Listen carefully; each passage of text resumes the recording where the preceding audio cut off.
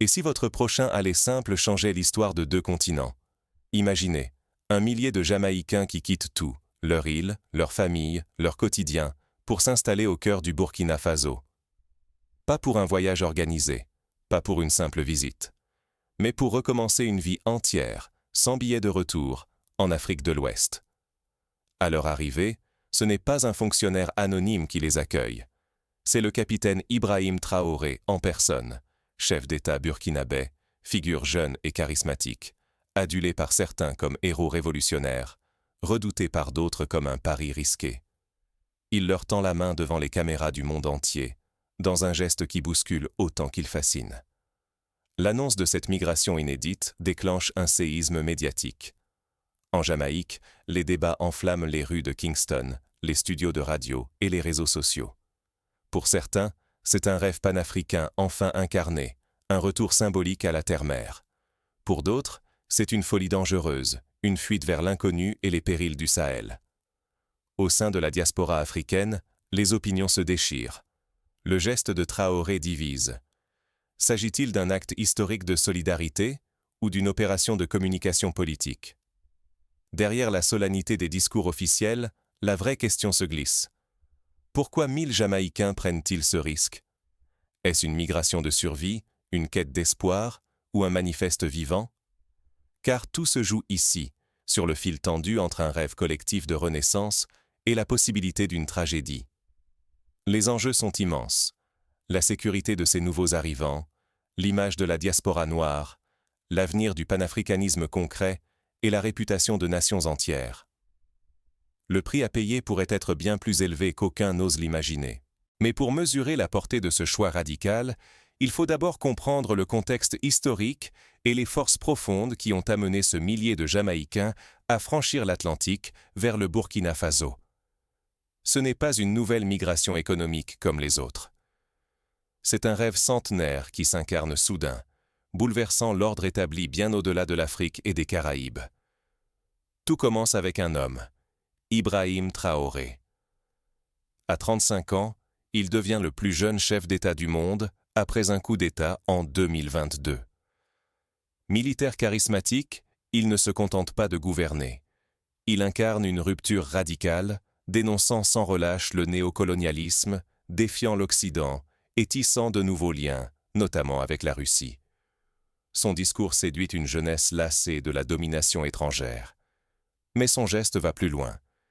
Il invite 1 millier de Jamaïcains à s'installer au Burkina Faso, transformant une idée lointaine en réalité immédiate. Ce n'est pas une simple politique d'immigration, c'est une véritable rentrée à la maison.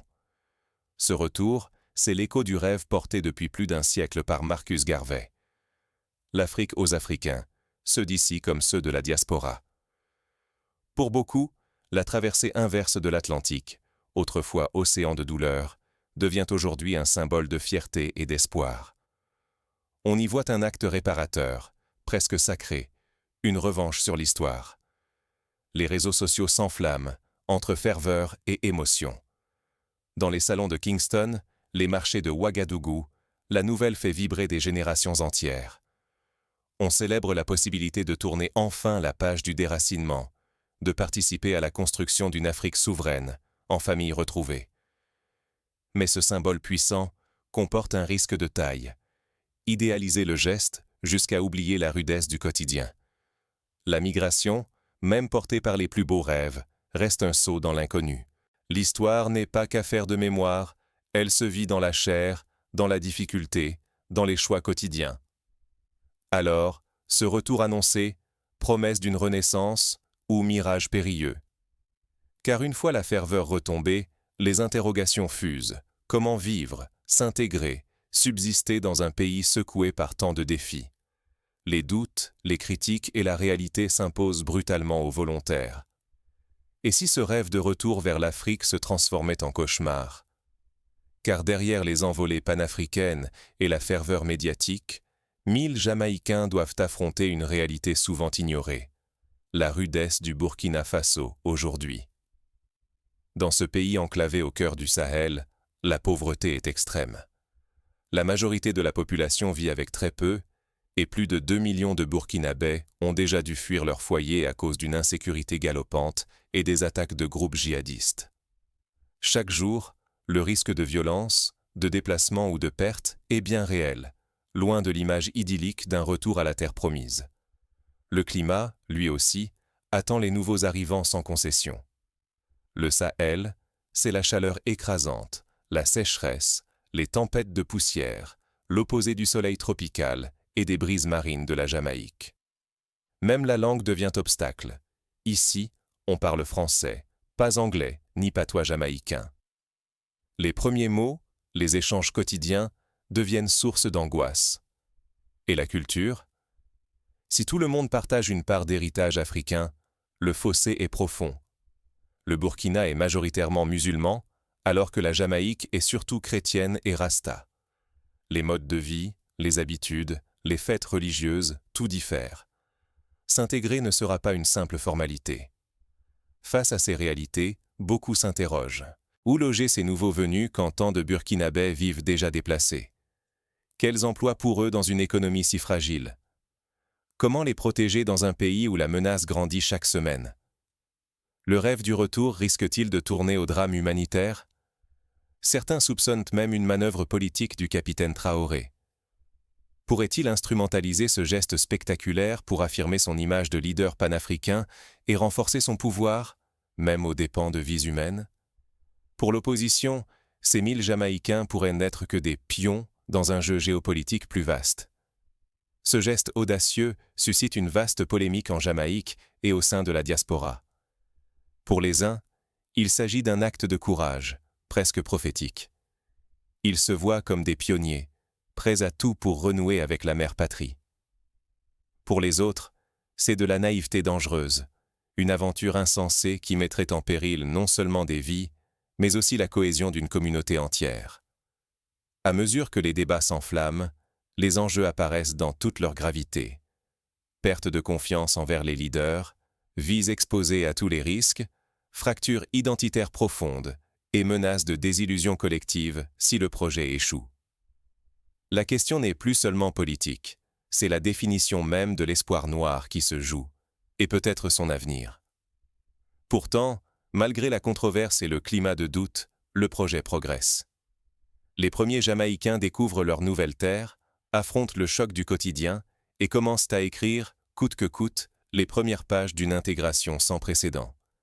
Mais comment se déroule concrètement l'arrivée de ces pionniers? Entre obstacles imprévus et moments de solidarité, voici le début de leur nouvelle vie, au Burkina Faso.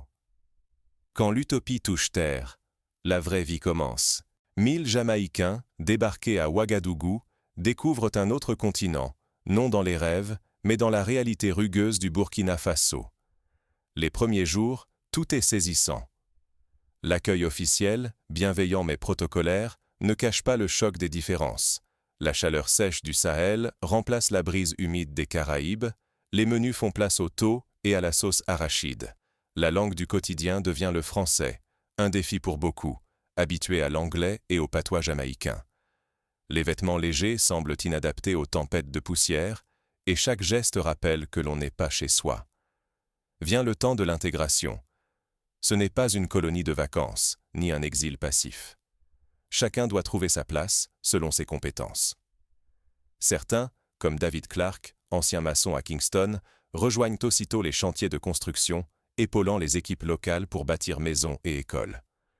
D'autres, à l'image de la docteure Imani Sharp, agronome reconnue, s'engagent dans des coopératives agricoles, misant sur la permaculture pour reverdir les terres épuisées par la sécheresse. Leur engagement professionnel devient aussi une quête identitaire. Ils veulent prouver qu'ils ne sont ni des touristes, ni des colons, mais des frères et sœurs revenant contribuer à la renaissance africaine. Pourtant, la question plane.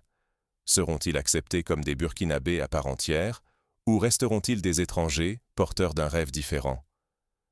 Ce modèle d'intégration est risqué. Il repose sur la patience, la capacité à surmonter les malentendus, sur une coopération authentique, pas seulement des discours. Un mot de travers, une promesse non tenue, et la confiance peut s'effriter. Si la greffe prend, elle deviendra peut-être un modèle. Si elle échoue, elle marquera les mémoires d'amertume. Au-delà du quotidien, ce test grandeur nature a des répercussions géopolitiques majeures. L'Occident, désorienté, s'inquiète de cette migration à rebours, symbole d'un monde qui change de centre de gravité. La Russie, la Chine et de nouveaux alliés africains y voient, eux, la naissance d'un pôle d'influence inédit, un défi lancé à l'ordre ancien. Tout se joue ici, au Burkina Faso. Réussite ou échec, ce sera un précédent. Si cette expérience fonctionne, elle inspirera d'autres retours, d'autres diasporas, renforcera la légitimité du panafricanisme. Mais si elle tourne mal, elle nourrira la méfiance, brisera des vies et refermera la porte d'un espoir séculaire. Pour tous, migrants ou observateurs, l'enjeu est total. Réussir, c'est incarner un rêve partagé. Échouer, c'est porter le poids d'une désillusion collective. Alors, quelle leçon cette aventure peut-elle offrir à ceux qui regardent, comme à ceux qui la vivent de l'intérieur? Mais derrière ce pari humain et politique, qui bénéficie véritablement de cette migration? Et à qui profitent vraiment ces nouveaux départs? Et si l'audace collective ouvrait la voie à de nouveaux possibles? L'histoire des 1000 Jamaïcains venus s'installer au Burkina Faso n'est pas seulement une aventure humaine. C'est un laboratoire vivant du panafricanisme appliqué, où les grandes idées affrontent la réalité du terrain, chaque jour, sous le regard du monde entier. Ici, l'idéal d'un retour vers l'Afrique prend chair, mais il n'a de chance de perdurer que si chacun parvient à conjuguer ambition et pragmatisme. Il s'agit de bâtir des ponts, non seulement entre continents, mais aussi entre visions du monde, cultures et ambitions individuelles. Les différences linguistiques, religieuses ou sociales, ne disparaissent pas d'un simple geste symbolique. Elles réclament de l'attention, de la créativité et du courage. Le potentiel est immense. Imaginez la richesse des échanges. Un savoir-faire agricole jamaïcain qui s'adapte à la terre burkinabé, des techniques de construction partagées, des recettes, des musiques, des histoires qui circulent et se mélangent. Cela peut générer de l'innovation, renforcer les liens de solidarité et donner naissance à des dynamiques inédites. La culture n'est pas figée, elle se recrée sans cesse dans la rencontre. Mais il y a aussi des risques très concrets. Un groupe isolé peut vite se retrouver coupé du reste de la société, incompris, ou même instrumentalisé à des fins politiques. On ne compte plus, dans l'histoire, les tragédies individuelles nées du choc des attentes et de la réalité, des rêves d'intégration qui se brisent sur l'indifférence ou la méfiance. Le Burkina Faso, déjà confronté à de graves défis sécuritaires et humanitaires, n'offre aucune garantie d'accueil sans heurts. La vraie histoire ne se joue donc pas dans les discours officiels, mais dans la vie quotidienne. Apprendre une langue, trouver un emploi, nouer des amitiés, inventer des solutions face à l'imprévu. C'est là que la résilience, l'inventivité et la patience des acteurs feront la différence. Les grands bouleversements commencent souvent par de petits gestes, parfois invisibles, mais essentiels. Pour chacun d'entre nous, cette expérience invite à remettre en question nos propres préjugés sur la migration, sur l'identité, sur le sens du retour aux sources. Qui a le droit de rêver d'ailleurs? Qu'est-ce qui fait vraiment un chez-soi? Et jusqu'où sommes-nous prêts à aller pour bâtir un avenir commun, au-delà de ce que l'histoire a séparé? Le risque est immense. Ce moment historique pourrait être gaspillé, devenir un simple épisode médiatique, ou au contraire marquer le début d'une nouvelle ère de coopération et de réinvention pour tout un continent. Mais alors, comment ces 1000 pionniers vivent-ils réellement ce grand saut? Quelles sont, sur le terrain, les premières victoires et les obstacles inattendus auxquels ils font face? Et vous, de quel côté de la porte voudriez-vous vous trouver? Face à ce choix, sommes-nous prêts à rester simples spectateurs ou oserons-nous franchir le seuil de l'histoire? Ce retour de 1000 Jamaïcains au Burkina Faso n'est ni une fable ni une simple provocation. C'est un choc frontal entre le rêve panafricain, forgé pendant plus d'un siècle, et la réalité têtue du continent africain d'aujourd'hui. D'un côté, la promesse d'une nouvelle page, d'une identité ressoudée, d'une liberté enfin vécue, loin de tout paternalisme. De l'autre, la dureté du Sahel, l'incertitude économique, l'insécurité et le risque de perdre tout repère. ce n'est pas seulement le destin de 1000 femmes et hommes qui se joue. C'est celui de générations entières, dont l'idée de retour en Afrique a longtemps flotté entre mythe et espoir. Aujourd'hui, la porte s'est entr'ouverte. Mais personne ne peut prédire si elle mène au salut ou à la désillusion. Dans le tourbillon médiatique et politique, chacun doit décider, observer de loin ou s'impliquer, critiquer ou bâtir, se replier ou avancer. L'opportunité existe, mais elle exige courage, lucidité et solidarité, car les enjeux dépassent la géographie. Ils touchent à l'âme, à l'honneur et à la dignité de tout un peuple. Ce moment ne se résume pas à une expérience isolée. Il redéfinit ce que signifie être acteur du changement, quand l'histoire frappe à la porte. Le choix n'appartient plus seulement aux leaders ou aux migrants, mais aussi à nous tous, témoins et héritiers de ce passé partagé.